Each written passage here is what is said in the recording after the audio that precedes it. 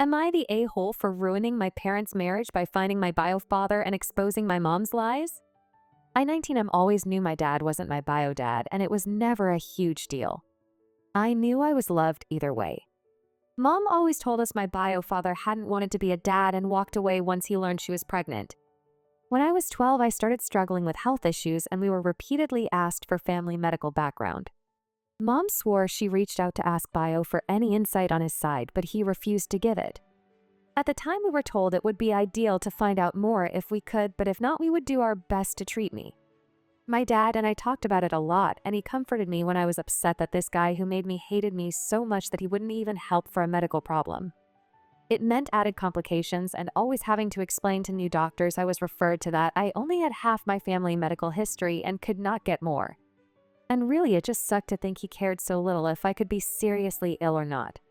A year ago, my Aunt Mom's sister told me that things might not be like they seemed and maybe it would be a good idea to search for answers myself.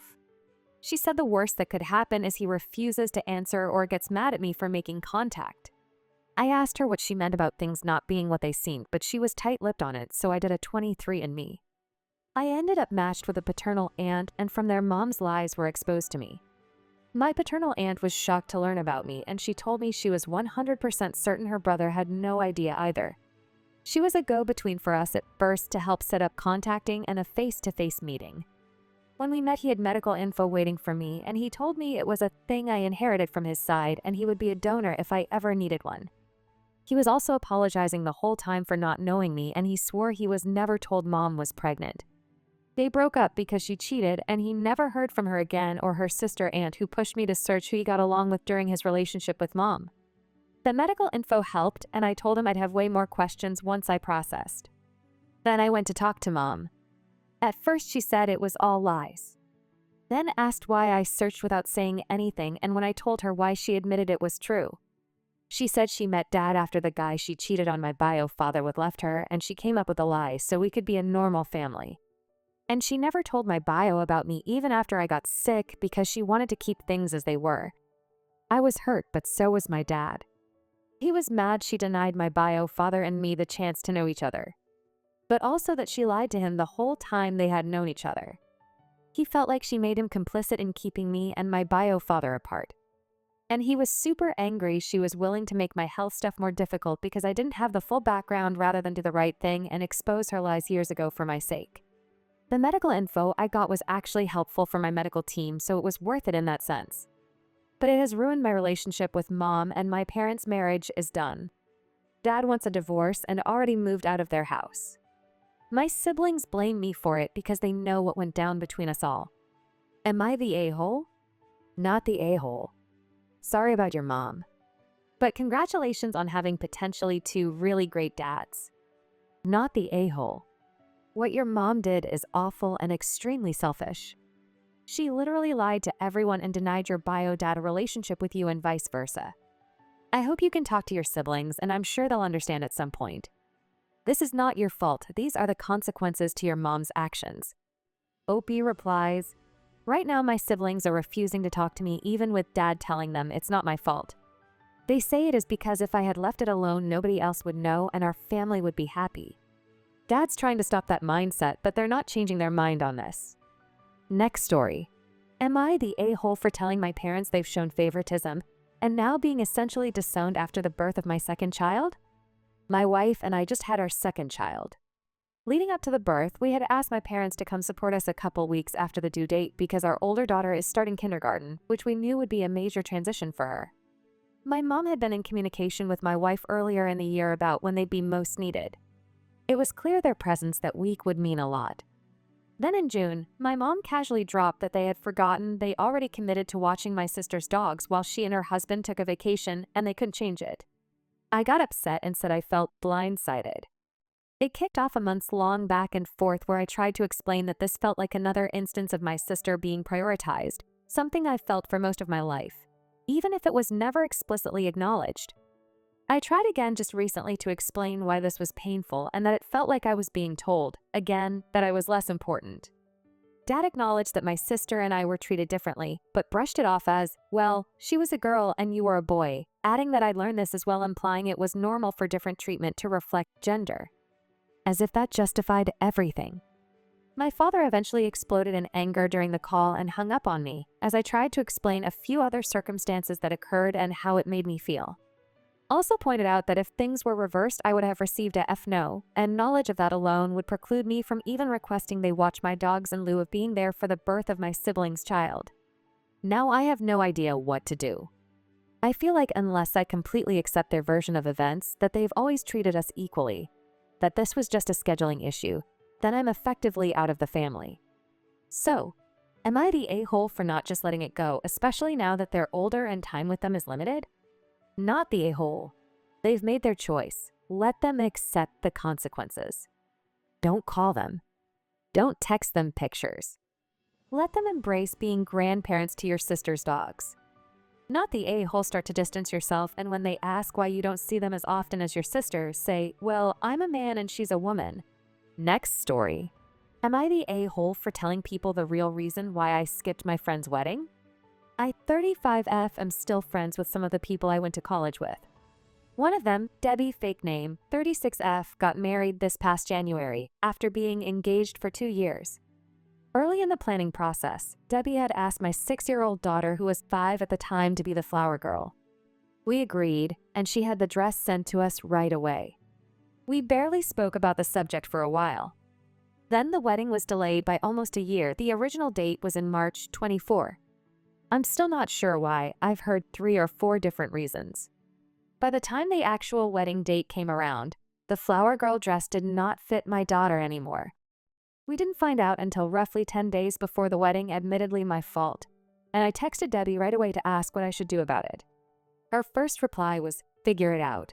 I tried to ask her where she'd bought the dress, where I could get a similar one, or whether it would be okay for my daughter to wear a different dress. I basically gave her a list of ways I could fix this and asked her what she preferred. Debbie responded with, I don't have time for this. Stop making your whale daughter my problem.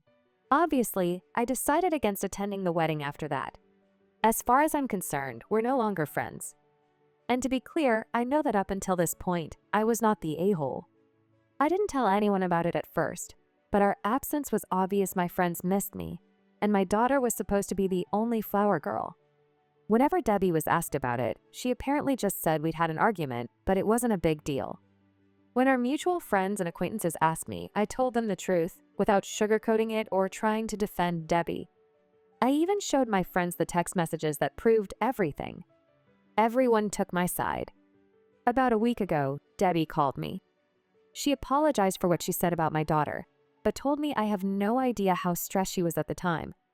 She said it wasn't fair for her to lose friends over a mistake she'd made when she was under so much pressure. Again, I don't think I was in the wrong for skipping the wedding, but I'm wondering whether I took it too far by telling our mutuals why. Edit. Yes, I know I should have made sure the dress still fits sooner. I already know that was my mistake, and I'm not blaming Debbie for it. That's not what I'm asking about. Not the a-hole doesn't matter how stressed and overwhelmed you are. You never talk about a child or adult in that way. Update. Hey, guys. I wasn't going to update, but a friend of mine brought the situation up a few days ago, and I remembered posting here. After my post back in March, I didn't hear anything from Debbie for a while. I did speak to my friends a lot, and they told me that she did continue trying to get them on her side for a while. From what I gather, her story always matched mine. I forgot to make sure the dress fit. I apologized and asked how she preferred I fixed it. She insulted my kid, and as I remember discussing in the comments, whale of a daughter is a better translation.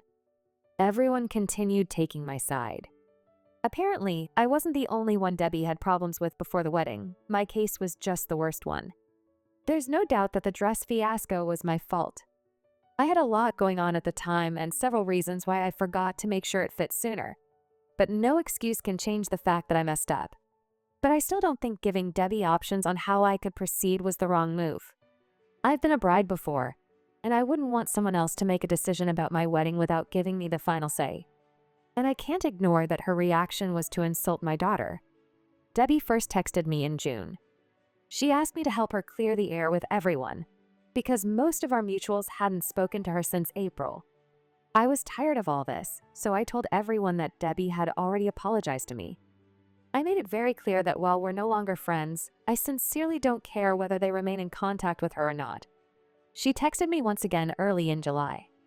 She told me that a couple of our mutuals were talking to her again, but it wasn't the same as it used to be. She asked me whether I was still mad at her. I told her I'm not, and I wish her the best, but I don't think we can continue this friendship. I said I was sorry for the dress fiasco, and I understood that she was stressed at the time, but I'll never be able to look past what she did. It would have taken her less time to give me directions than it took to call my daughter a whale. I can forgive rudeness with time, but not insults, especially towards my children. We haven't spoken since. I haven't blocked her, but I have no intention of reaching out again, and I don't think she does either. Some of our mutuals are speaking to her again. Both my best friends from that group want nothing to do with her. I sincerely don't care what anyone does. I won't pretend this never happened, but I've moved on. Like I said, I'm not mad anymore. My daughter will be a flower girl at my cousin's wedding in December, and my family is doing very well. Life has been crazy for a while, but things are finally getting calmer. I won't post here again. Thank you for your time. Next story. Am I the a-hole for not letting the mother-in-law into the birth suite? I'm a new midwife, and last week I had a young couple come in. They looked to be in their early 20s and in active labor. The woman Elle still had hours to go, and she looked visibly stressed, so I spent a lot of time comforting her and taking her through everything. She was really sweet to me, even through contractions. Her partner C, on the other hand, was rude and he kept snapping at me. He wasn't giving Elle any support or encouragement, and he was just sitting in a chair on his phone. Usually, I try to give people the benefit of the doubt because having a baby is intense and a life-changing experience. Later on, when Elle was in the hardest part of labor, I was told that her mother-in-law had arrived at the hospital and was insisting on being present for the birth. I went into the room and asked Elle and C if they wanted her in the room. Elle refused, but C wanted to. They started arguing and Elle was clearly upset, and I overheard that she said she hadn't even known the mother-in-law was coming and had always planned for it to just be her and him in the room. C said he knew mother-in-law was coming and assumed Elle would be fine with it because the baby was just as much Mills as it is ours. By that time, Elle was crying, all of this BTW happening while she was 6'8" centimeters dilated, so in severe pain, and I was trying to comfort her, and C kept insisting she was being ridiculous. I wasn't sure what to do because I've never been in a situation like this yet. I ended up not letting the mother-in-law in because I figured that Elle was the one giving birth and that the mother-in-law could still see the baby after the birth. After the birth, mother-in-law and C yelled at me for meddling into their family business, and C accused me of manipulating Elle into not wanting the mother-in-law in the room. Am I the a-hole? Not the a-hole. Elle was the patient, not C. What she wants is what matters, not C and mother-in-law. Not the a-hole at all. Mother is your patient and priority. Hell, I would have kicked the loser father out if I was able. Opie replies, I thought so. I felt bad at first, but I needed reassurance I wasn't crazy. Next story. Am I the a-hole for asking my sister to give me my money back after her husband made fun of my wife's scars? My sister had borrowed money from me almost a year ago for her husband's surgery and healthcare.